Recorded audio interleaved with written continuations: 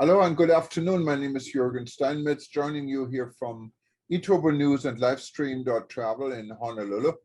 With me, as always, is Dr. Peter Tarlow in College Station, Texas. And Peter, if I look outside, it's beautiful weather here again. I know our weather report is quite boring. It's really not the same as Corona. We had 13 deaths, what is the highest number we ever recorded in Hawaii. So that is not that good, but the weather is nice and it seems to be inviting here. But sometimes, I have second thoughts about saying how inviting it should be. But how are things in College Station? Well, we're having a end of summer heat wave, which is very typical of September.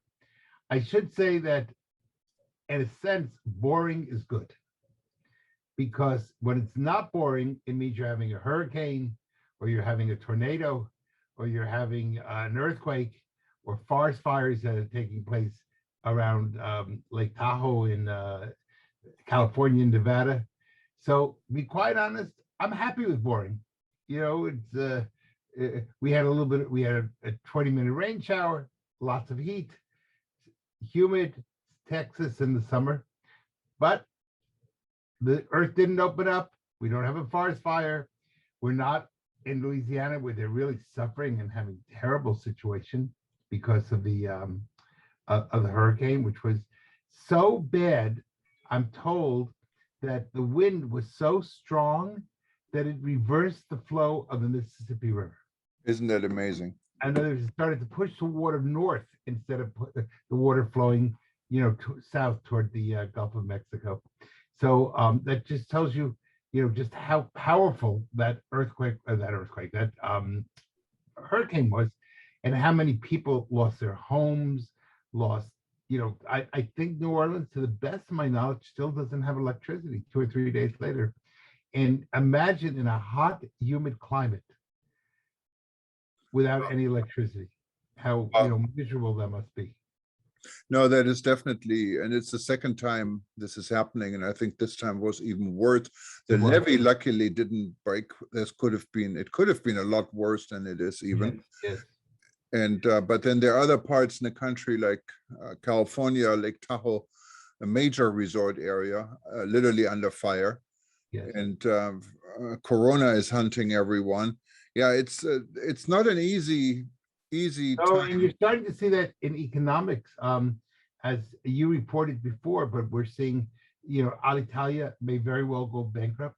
There's a lot of rumors now that both Air France and KLM, which is really one company, may also go bankrupt. It's unknown how many other European airlines will go bankrupt. I sent you a film today. I don't know if you had a chance to look at it, but there's, why people hate some of the American airlines.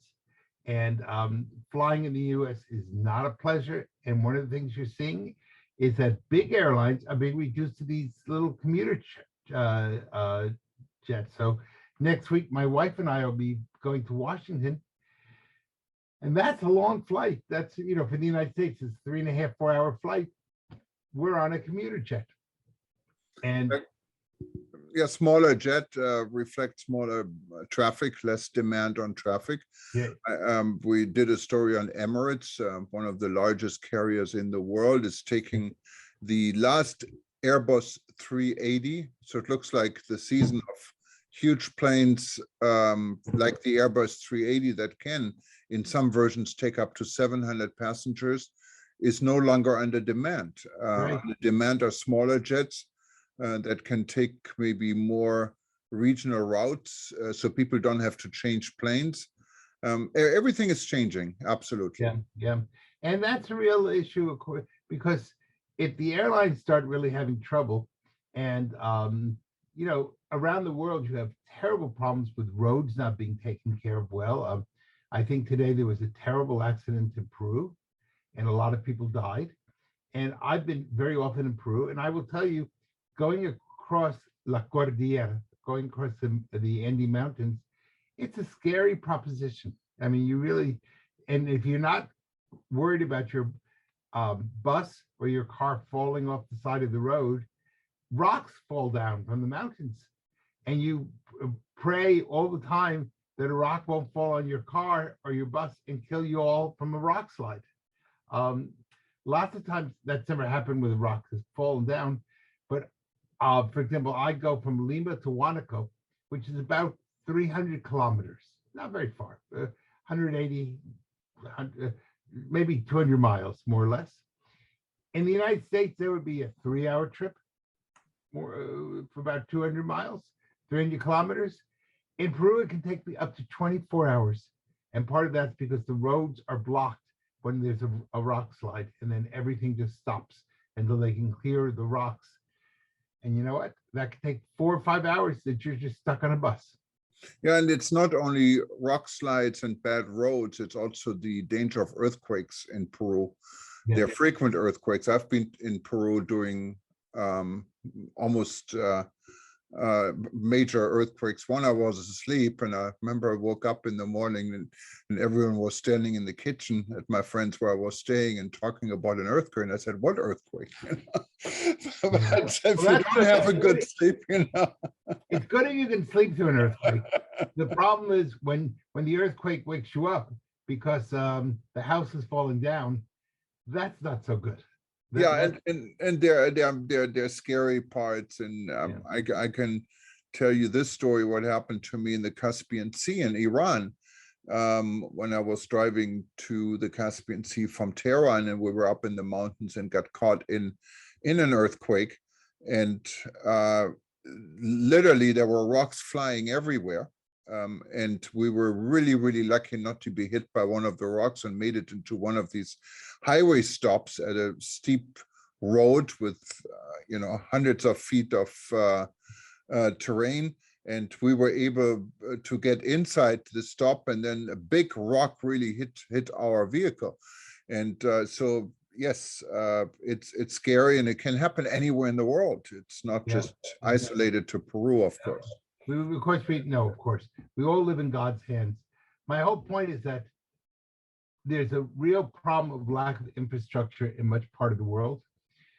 Some of that we were able to hide or get around by having good airline service. But if airlines become more expensive, less frequent, airline companies start going out of business, then we're forced to go back to surface transportation. And that means some of the infrastructure problems that we've had in the past now may become new problems in the future.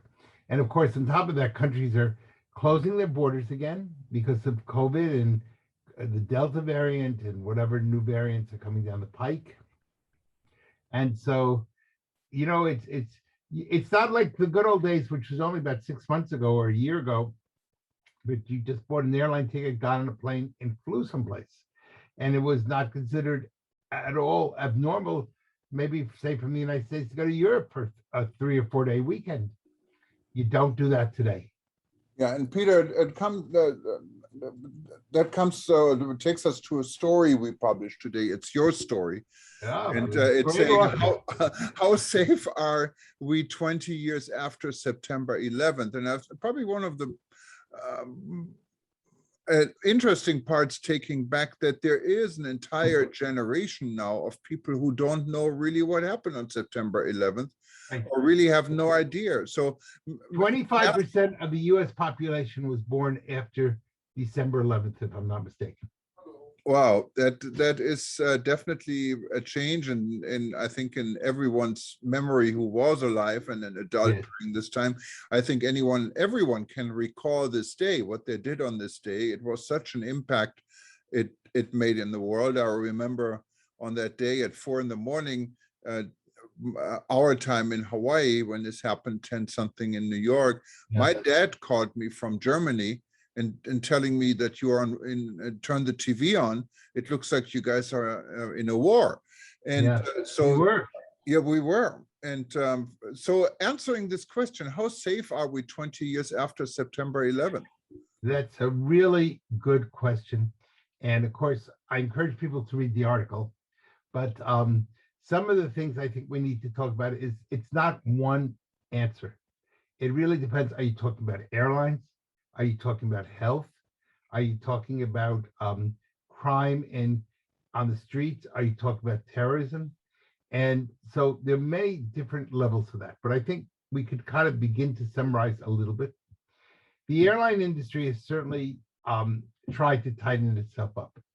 How well it's done, I guess we could say the proof is in the pudding. We have not had major plane hijackings.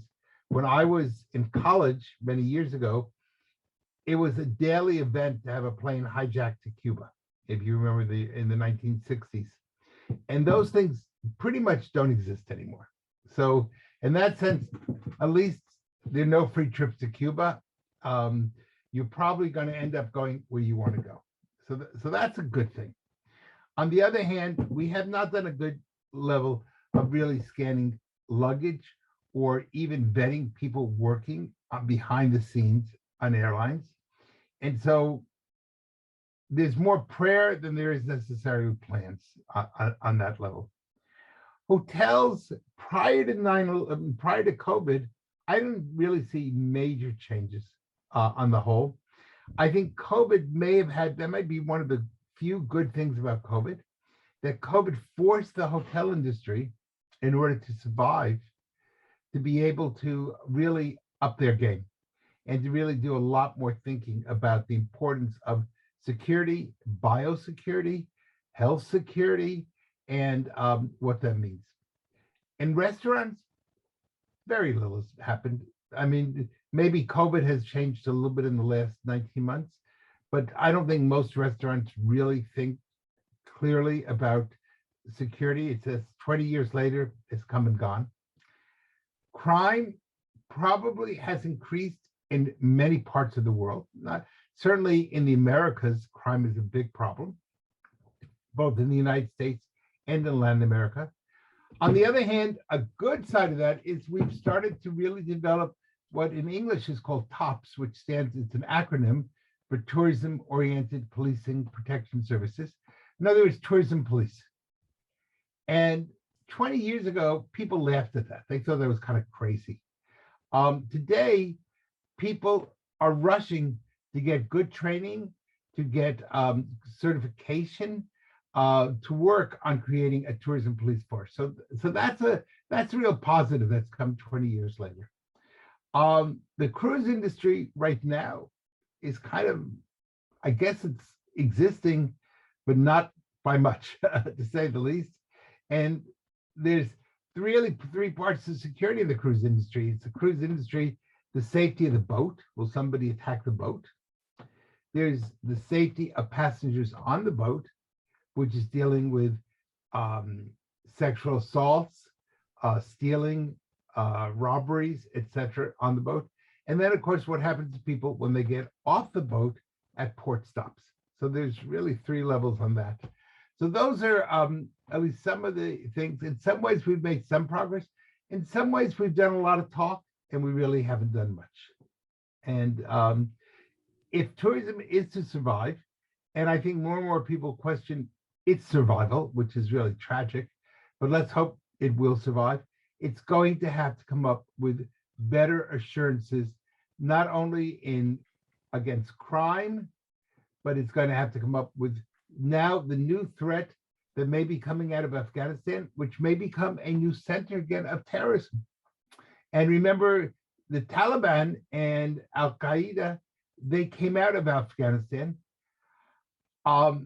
Will this reappear? Well, time will tell. But if Afghanistan becomes a new center for terrorism, could we have another 9/11? I don't think we can say we can't. I don't know if we will, but it's certainly within the realm of possibilities. Today, I think, because of what happened in Afghanistan, the world and the world of tourism is less safe than we were maybe 6 months ago. So those are at least questions that we have to be asking. And if you look in the case of Afghanistan, we have been dealing with September 11th, and many of the young people who actually served our country so bravely in Afghanistan didn't even know really what they're, why they're in Afghanistan. And this was the reason. The reason was September 11th. And we just tried to finish this reason, and we're in the biggest mess again. So it seems to be never ending. Yes, yes. Afghanistan is known as the country that eats empires. And as you know, before the United States was there, the Russians were there, the British were there, the Germans tried to be there and failed. Afghanistan is a really difficult spot. And I think we need to remember the operation over the last 20 years was not just an American operation. Of course, it was led by the United States, but it really was a NATO operation. And as the German defense minister said, this was the greatest failure NATO has ever known. So it impacted, German soldiers, British soldiers, French soldiers, Dutch soldiers, Danish soldiers. I mean, this was really a NATO-wide exercise that did not succeed. And if you look really at from the military perspective, how many people lost their life? How many people from how many nationalities lost their life? Yes, it's a real issue. And then if you put yourself into the human body of a Taliban, I cannot for the world of it understand what can trigger this type of violence and behavior towards fellow human beings. Maybe it's a Western and Eastern type of thinking, but the West is pretty violent. I mean, it's only 70 years since World War II. Exactly. Yes. And certainly Germany stands out as a symbol of violence and a symbol of inhumanity during the Nazi period. So you have the East with right now going on in Afghanistan, but we've had how many wars in Europe? Europe is as tribal as is Afghanistan. We just don't like to say it. And even in Europe, how many groups hate each other? Within in Britain, France, I don't know, Germany, I can't think that. You could probably address that, but their accents, their regions, there's ethnic groupings, there's been ethnic cleansing that's taken place in Europe. So there appears to be an evil streak among human beings, which is unfortunate, but it's there. Afghanistan is going to be a real issue. They're now closing the borders. It's becoming a giant concentration camp, a concentration camp on steroids. They're going from house to house. Young women are being sold or boxed up and given as brides, quote unquote, to Taliban fighters. And beheadings are taking place throughout the country, where at least that's what reports are saying. And if that's true, and of course you and I are not there, but if that's true, think how tragic it is. We said after World War II, never again, and here we are. We're back right to where we started. Yeah, Peter, you're so right, and it's happening in so many parts of the world. Don't underestimate the situation in some parts of China, in Myanmar. Right. I mean, you can go on and on and on with Right. this type of conflict. Right. And the Uyghur whole issue in China is also going to spread between Afghanistan and China, because many of those people also live in Afghanistan. And so who knows how that will turn out, So unfortunately, I would like to think that despite the fact that how many millions of dollars have we put into the United Nations,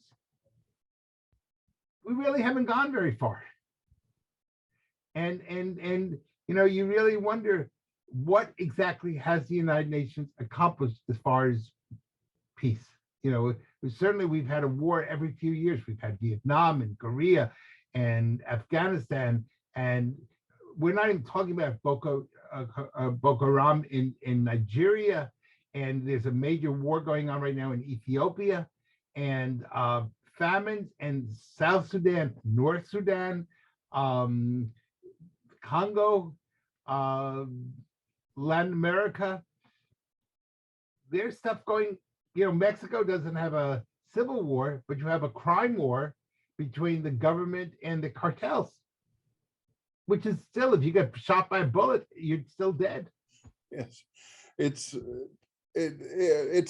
tension everywhere, even though I think everyone is hoping, or was hoping, or maybe is still hoping that COVID is bringing everyone together because it affects everyone, no matter what side you're on. Wouldn't that be nice? You know, the only that one would be a silver lining. Yeah, the only one I heard it didn't reflect was North Korea. They don't have one COVID case. Yeah, and refused 3 million vaccines from China. So there are always exceptions to the rule, like the former leader of Tanzania, who himself died on COVID, said it didn't exist. Exactly. And of course, you have, interestingly enough, in Korea, that's probably the longest war. Remember, we still have thousands of American troops in South Korea.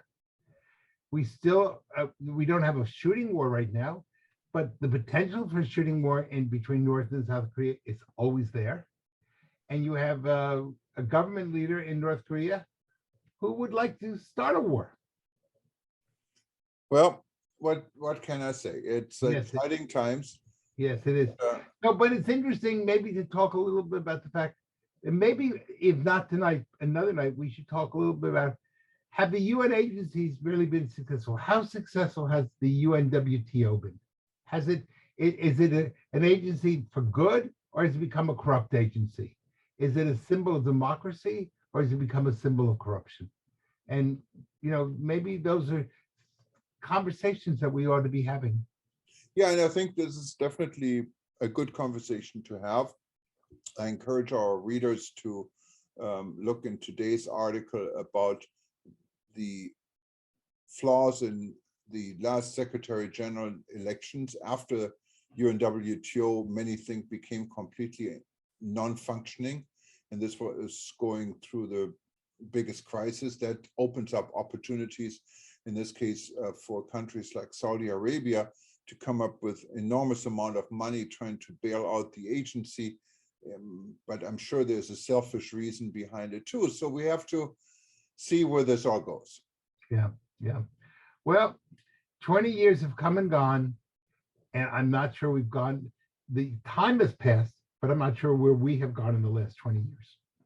Well, in any case, no matter what happens, the tourism, the nice thing about tourism, it's an industry of peace, because when you look someone in the eyes and you're in a foreign country, it is there to understand. You're there to understand the person you deal with. Should be. You should be there. And hopefully that's a mutual thing, you know? Yes. We need to really stress that. And one of the things I think is that not all tourists do bring peace. Some tourists don't. And we need to be training the world when we do travel to try to understand we're all ambassadors of our country, and to try to make the world at least a little bit better and a little more pleasant.